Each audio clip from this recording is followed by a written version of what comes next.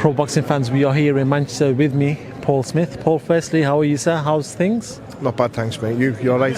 All good, all good. Talk to me about why you're here. I know one of your charges that you manage is on this show, but just for the fans, just let them know. I've got Steve Clark. He was ABA champion last year, boxed for the Rotunda. He's 5-0 now as a pro, and he's on the show on Saturday night.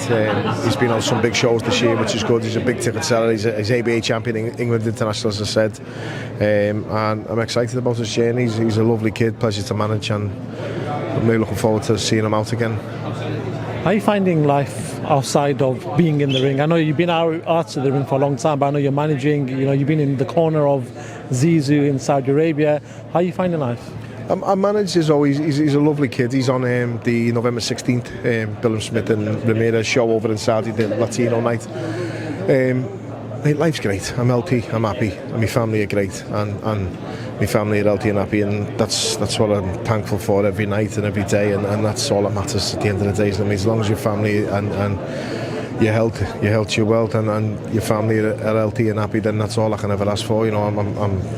I'm really enjoying life now after retirement. I wasn't at the start. It was a bit shit at the start, as it is for everyone. But you have to adapt. You have to overcome things and adapt to a new life, so to speak. And I am now, definitely. Did you struggle with that? Because I'm going to revert back to people like Kell Brook who have openly said they've struggled with it.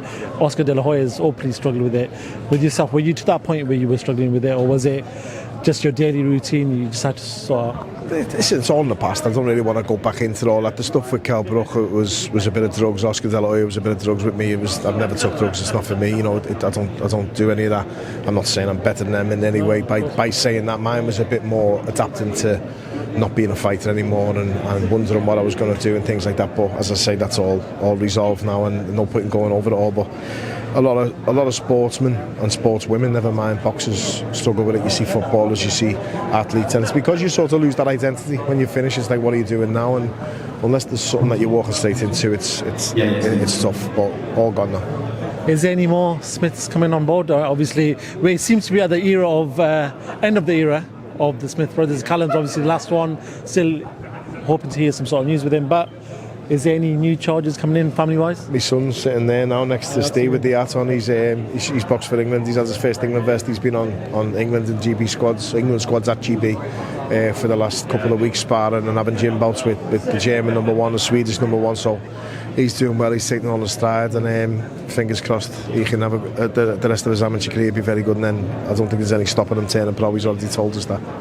Good stuff. I do want to talk. A couple of weeks ago, I was in Riyadh for a great fight, undisputed Artur Beterbiev, Dimitri Bivol. I know you've sort of seen Artur Beterbiev in the other corner when he faced Callum. What did you make of that fight? How did you see it? Because everyone I'm asking saw it slightly differently. I thought it was a great fight. It was brilliant to watch. I thought Bivol did enough. I had him winning probably 7-5. I keep saying this. I wouldn't have complained at a draw.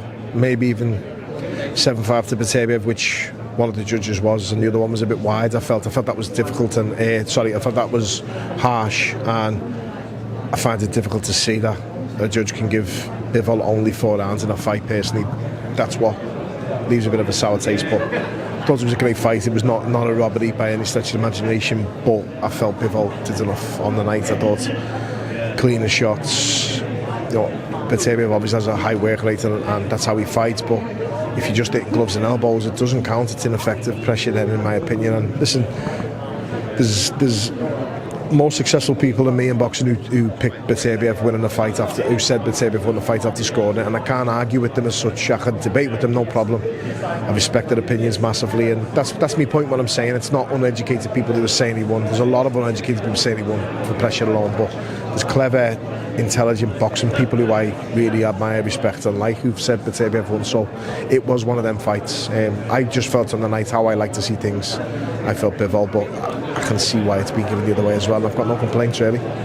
Do you feel like the rematch we might be seeing anything different, or it's another fight for Beterbiev? People are saying, is he ever going to decline, slow down? Obviously Bivol, another fight or two for him in between. Do you see anything different happening in the rematch? I don't know, and to be honest with you, I'm not really interested. I'd like to see a rematch because it was a good quality fight, but you've said it yourself, he's not slowing down. He seems to be getting better with age, so we'll leave it at that, before any more cans of worms get opened. Let's talk about our press conference yesterday for Tyson Fury, Oleksandr Usyk, the rematch. Close fight.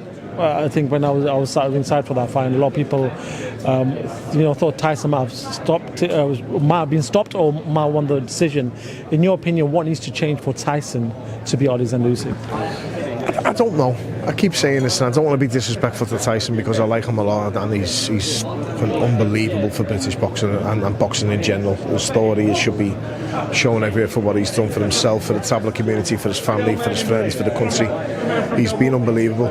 Usyk's a different animal to what most people think, and the most people who don't really follow the boxing as much, or are not in the boxing trade, or are not knowledgeable of boxing as such, they just probably slagging Fury off, thinking he's lost to a cruiserweight, when we all know what he's like. He's special, and I think this time what usually happens in these rematches, which probably be the case in this time, is that the one who won will probably get a bit better, and I think Usyk maybe has his number, but I'm not ruling Fury out of this fight. And if he does what he did in the middle rounds, where he was having a good go, and I think it was between rounds 6, 7 and 8 maybe, and then he had the bad ninth, if I'm not mistaken. In those rounds he looked like he was bossing and bullying a little bit, but it's easier said than done to just get in there and bully him. It's Oleksandr Usyk, you know what I mean? So I'd love to see Fury do it, but at the minute I can't see really anything more than Usyk probably repeating it. But again, not sitting on the fence, but I wouldn't be surprised if Fury managed to turn it around, because if anyone can, it's Tyson Fury.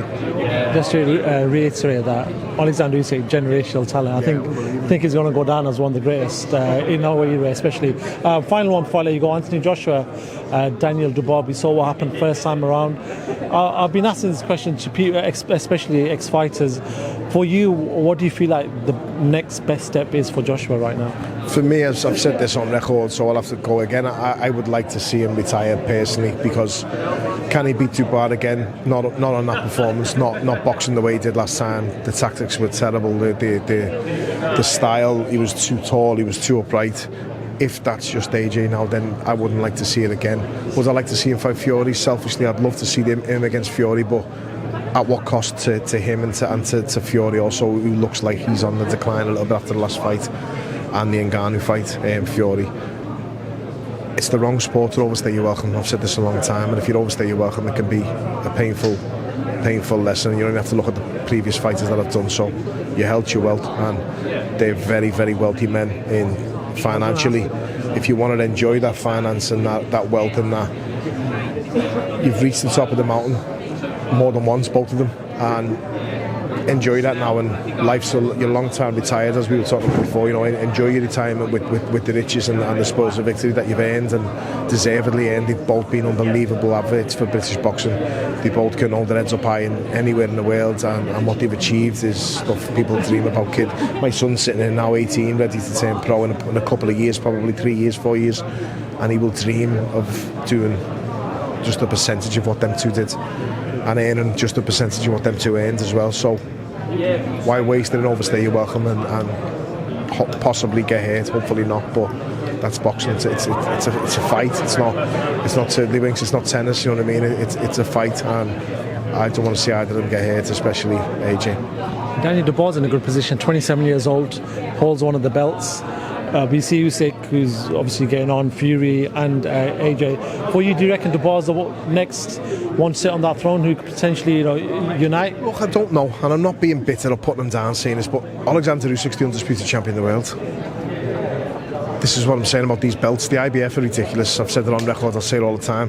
They're calling a mandatory now for Beterbiev, and no one wants to see it. The belts have all just got together. You're not going to have undisputed titles for a long time because of people like who are in the IBF order a mandatory straight away, and it's not fair, and they're hindering boxing, not making boxing. So now Daniel Dubois is a world champion because he's beat Anthony Joshua in a defence, which wasn't a defence because Usyk had vacated the belt, and that's unfortunately how it works. I'd have never got a world title fight if it was one belt, so I can't really criticise too much, but the four belts and the four governing bodies have to work together, and there is only four. This IBO isn't a title either, but they're not working together to make these fights and make the champions be able to hold the belts a little bit longer. Or Beterbiev probably hadn't even had the stitches out, and he's had a mandatory put on him. That's what I don't agree with. But Dubois as a fighter, he's still got a couple of things to prove to me. He's done great against Anthony Joshua, but that Joe Joyce fight and Usyk fight will always be fresh in memory, in my opinion, and what happens in those fights. And until we see him in a fight with someone maybe he wasn't underperforming like Joshua, or it wasn't something towards the end, then I'll sit up and take those. But I gave him every credit for that fight. He did great for that fight. Oh, always a pleasure, mate. Thank you so much for your time. Stop, man.